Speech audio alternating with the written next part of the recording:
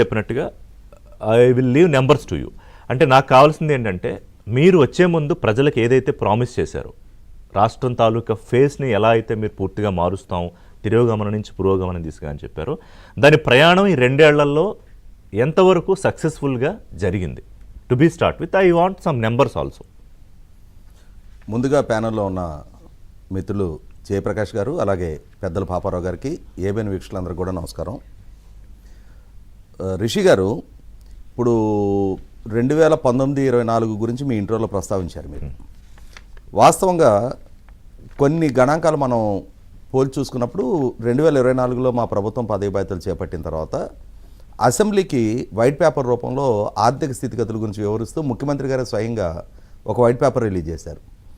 దాంట్లో డిస్క్లోజ్ చేసిన వరకు 9,74,000 కోట్ల రూపాయల అప్పులు రాష్ట్రానికి వారసత్వంగా దక్కాయి. అదే సందర్భంలో ఆర్థిక నిర్వహణ పరంగా కూడా చూసుకుంటే మీకు ఒక 2 ఇష్యూస్ చెప్తాను నేను.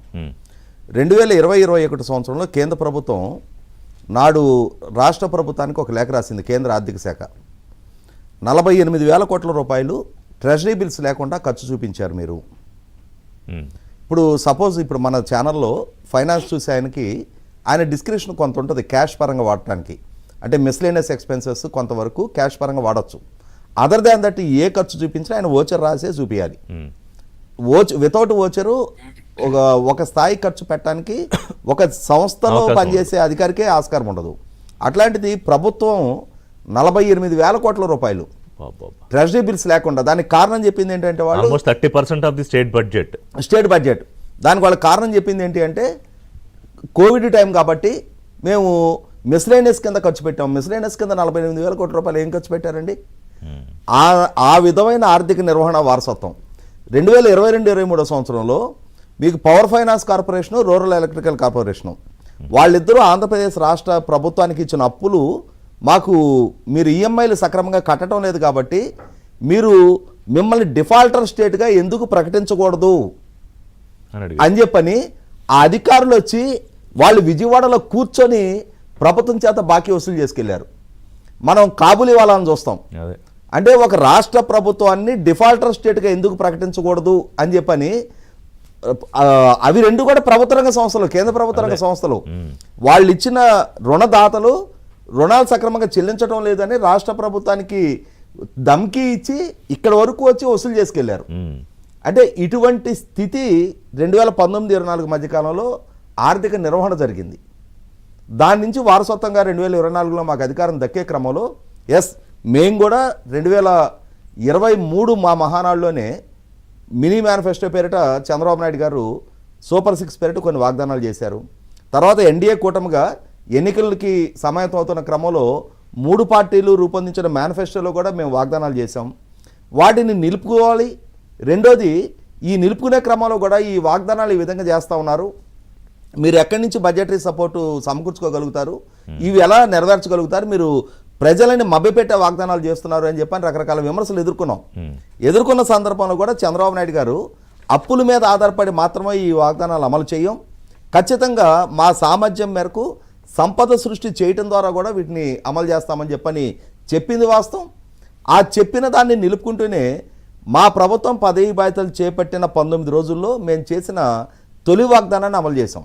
అంటే జూన్ 12, 2024 ప్రభుత్వం పదవి బాధ్యతలు చేపడితే జూలై 1వ తారీఖు రోజున మేము పెన్షన్ పెంపుదల 3,000 రూపాయల నుంచి 4,000 చేసాం. అలాగే ఫిజికల్ డిజేబిలిటీ పెన్షన్ 3,000 ఉన్నదాన్ని 6,000 చేసాం. డయాలసిస్ పేషెంట్లకు 5,000 ఉన్నదాన్ని 10,000 చేసాం. 85% అండ్ మోర్ డిజేబిలిటీ ఉండి బెడ్ రిడన్ అయి ఉన్న వాళ్ళకి 15,000 రూపాయలు పెన్షన్ ఇవ్వటం మొదలుపెట్టాం. టంచన్గా 1వ తారీఖు రోజు ఇవ్వటం మొదలుపెట్టాం. ఇదే సందర్భంలో 2019-24 మధ్యకాలంలో ఏ ప్రభుత్వ ఉద్యోగి కూడా ఏ రోజు జీతం వస్తుందో కూడా ప్రెడిక్ట్ చేయలేని పరిస్థితి. దాని నుంచి ఆ తొలి నెలలోనే మేము ప్రభుత్వ ఉద్యోగులందరికీ కూడా తొలి నెల నుంచి 1వ తారీఖు రోజు జీతాలు ఇవ్వటం మొదలుపెట్టాం. ఇలా అంటే మా ముద్ర అనేది తొలి నెల నుంచి మేము చూపించడం మొదలుపెట్టాం. At the same time Epson గారు, ఈ 2 ఏళ్లలో సబ్జెక్ట్ టు జస్ట్ వెరిఫికేషన్ 2 లక్షల కోట్లు సుమారుగా అవును మీ ప్రభుత్వం కూడా అప్పు చేసింది. ఎందుకని అంటే దాదాపు ఏడాదికి 1,00,000 కోట్లు అప్పు చేయాల్సి వచ్చింది. అవునండి. ఇక్కడ మీకు ఇంకా కొన్ని వివరాలు కూడా చెప్తాను నేను. ఇప్పుడు ఉదాహరణకి మీరు ఇందాక మీ ఇంట్రోలో ప్రస్తావించినట్టుగానే ప్రతి సంవత్సరం ఆర్థిక నిర్వహణ స్థితిగతుల గురించి మనం రిపోర్ట్ ఇస్తూ ఉన్నాం ప్రభుత్వ పరంగా.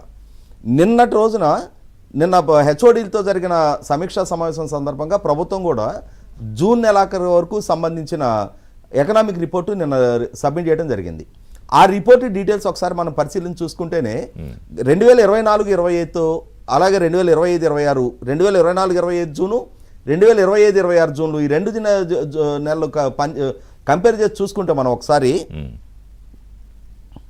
చూస్తున్నాను నేను కూడా 2025-26, 2026-27 ఇప్పుడు మనం ఇది రన్నింగ్ 2026-27 కదా. 8,608 కోట్ల రూపాయలు మనకి పన్ను ఆదాయం వచ్చిందండి. అంటే ఇది లాస్ట్ ఇయర్తో కంపేర్ చేస్తే, అంటే 2025 జూన్తో కంపేర్ చేస్తే 18.2% అధికం. అవును. అలాగే పన్నేతర ఆదాయం కూడా 535 కోట్లు వచ్చింది. ఇది కూడా లాస్ట్ ఇయర్ జూన్తో కంపేర్ చేస్తే 17.1%, 17.7% అధికం. అంటే ఈ విధంగా చూసినప్పుడు అంటే ఇవాళ మనం అప్పుల మీద మాత్రమే ఆధారపడటం కాకుండా ప్రభుత్వ పరంగా మన పెర్ఫార్మెన్స్ని మెరుగుపరచుకోవటం. పెర్ఫార్మెన్స్ మెరుగుపరచాలి అని అంటే సంపద సృష్టి జరగాలి. సంపద సృష్టి జరగాలి అని అంటే ఉన్న ప్రధానమైన అవకాశం వచ్చేటప్పటికీ వీలైనన్ని ఇన్వెస్ట్మెంట్స్ రప్పించాలి. ఈ ఇన్వెస్ట్మెంట్స్ రప్పించడం ద్వారా ఆ సంస్థలో గ్రౌండింగ్ అయ్యే తొలినాటి నుంచి కూడా ఇన్వెస్ట్మెంట్స్ గురించి ఎకనామిక్ యాక్టివిటీ బిగిన్ మాట్లాడదాం. Economic activity is very big important subject.